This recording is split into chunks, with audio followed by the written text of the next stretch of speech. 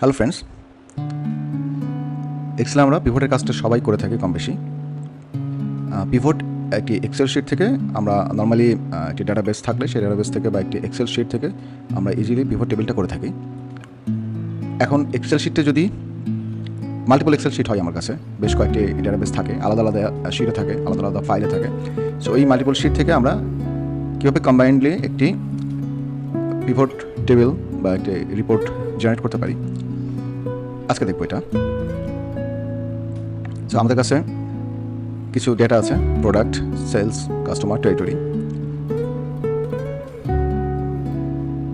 So product data, এটি product name, product detail আছে এখানে।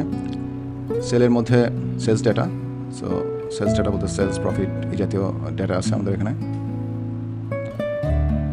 সেমএস, কাস্টমার এবং টেরিটরি ডেটা আছে। সো এই ডেটাগুলো আমরা কীভাবে এই চারটে ফাইল থেকে আমরা পিভট করতে পারি। আমরা নর্মালি পিভট করার জন্য যে কোনো একটি ডেটা সিলেক্ট করি, একটি এক্সেল শিট সিলেক্ট করি এবং এই এক্সেল শিট থেকে আমরা নর্মালি পিভট করে থাকি।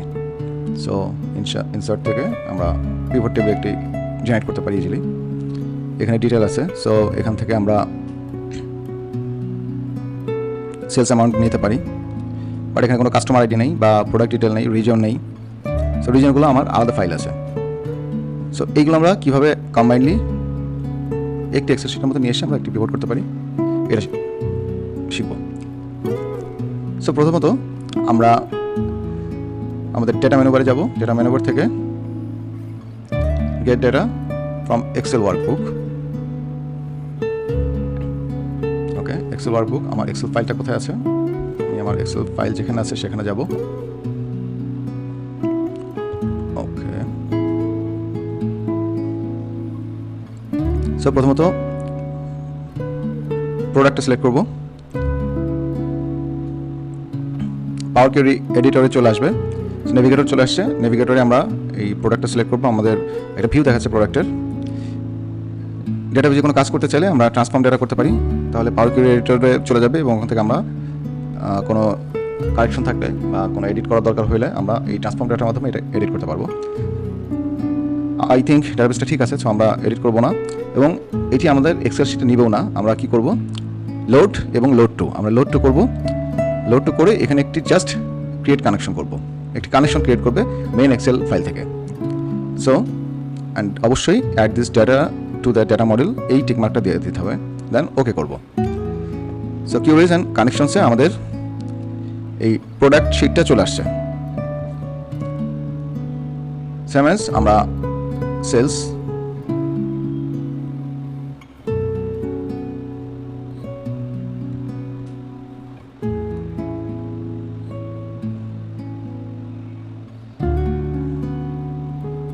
সো এটা ডিরেক্ট ট্রান্সফর্মে চলে এসেছে ডাবল ক্লিক করে। সো আমরা এখান থেকে close and load to only create connection and add this data to the data model, okay করব। সো এটিও একটি কানেকশন ক্রিয়েট হয়েছে। Again from Excel workbook, customer select করব, load to only create connection and to the data model.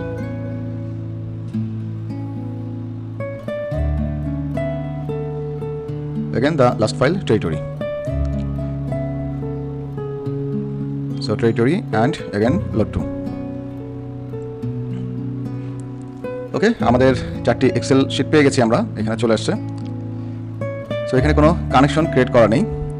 So এই pivot করার জন্য আমরা পাওয়ার pivot ফাংশনটি ইউজ করব। আমাদের এখানে মেনু বারে পাওয়ার পিভট মেনুটা আছে। যদি আপনাদের এক্সেল শিটে না থাকে তাহলে আপনারা ফাইলের অপশনে যাবেন, অপশনে যে অ্যাড ইন এবং এখানে ম্যানেজ অ্যাড ইন থেকে কম অ্যাড ইন গো দিলে এখানে দেখবেন যে আপনারা Microsoft Power Pivot for Excel tick mark না থাকলে টিকমার্কটা দিয়ে ওকে করে দিলে এই পাওয়ার পিভট মেনু বারটা চলে আসবে। ওকে, সো আমরা এখন পাওয়ার পিভটে চলে যাই এবং ম্যানেজ, আমরা যেহেতু চারটি এক্সেল শিট থেকে একটি রিপোর্ট জেনারেট করব, সো আমাদের প্রথম কাজ হচ্ছে আমরা চারটির মধ্যে একটি লিঙ্ক ক্রিয়েট করব।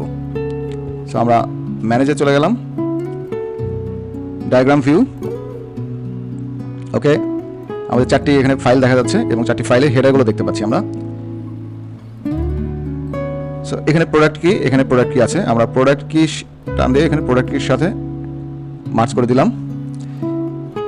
এখানে কাস্টমার কি আছে, এখানে কাস্টমার কি, সো আমরা কাস্টমার কির সাথে কাস্টমার কি মার্জ করে দেই, কানেকশন ক্রিয়েট করি। এবং টেরিটরি কি এবং সেলস টেরিটরি কি,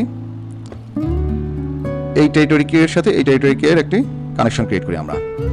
ওকে, সো আমাদের 4টি ফাইলের মধ্যে একটি কানেকশন ক্রিয়েশন হয়ে গেছে। এবার আমরা পিভট টেবিলে চলে যাব। সো আমরা যেটা করতে যাচ্ছিলাম, ডিরেক্ট আমরা পিভট টেবিল বা পিভট চার্টও করা যায়। সো আমরা পিভট টেবিলে চলে যাব।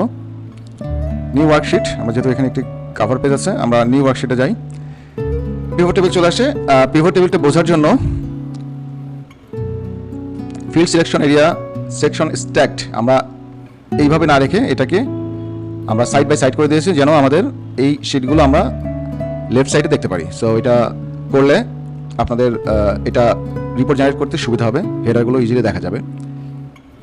সো আমরা প্রথমে সেলস ডাটাটা নেই, সেলস অ্যামাউন্টে ভ্যালুতে নিয়ে যাই।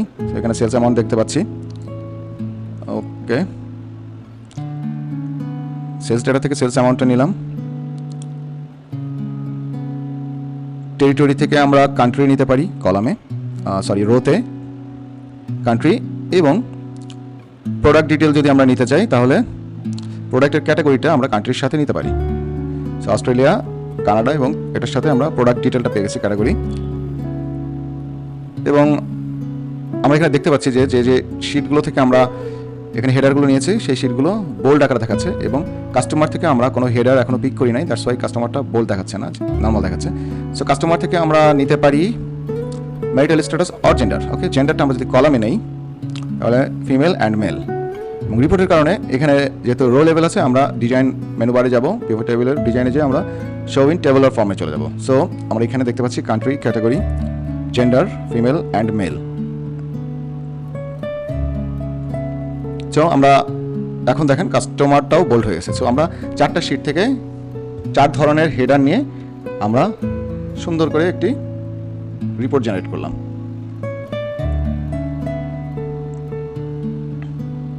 সো আমাদের টোটাল ভ্যালু এখানে দেখাচ্ছে 29358,677। এটা কপি করে এখানে রাখি।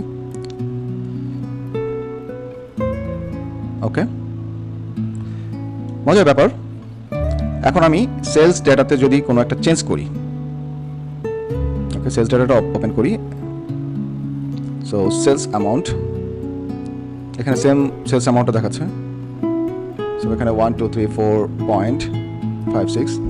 ওকে, একটি ডাটায় আমরা এখানে চেঞ্জ করলাম, সেভ দিলাম, ক্লোজ করে দিলাম। আমরা এখন সেলস যে কিউরিজ অ্যান্ড কানেকশন আছে এখানে আমরা রাইট বাটন ক্লিক করে রিফ্রেশ করলে দেখি কোনো চেঞ্জ আসে কিনা।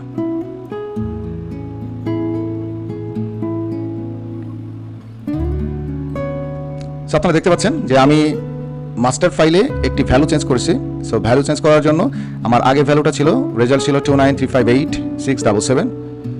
সো ভ্যালুটা যেহেতু ওখানে 3000 একটা ভ্যালু ছিল, ওটা 1000 ভ্যালু করেছে, 1234.56, দ্যাটস ওয়াই এখানে টোটালটা কমে গেছে এবং 29356 হয়ে গেছে, 29356,512।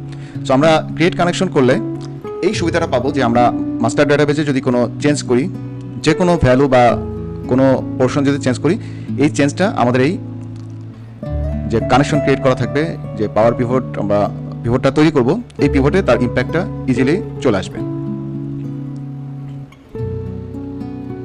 So that's all for today. Thank you for watching. আল্লাহ হাফেজ।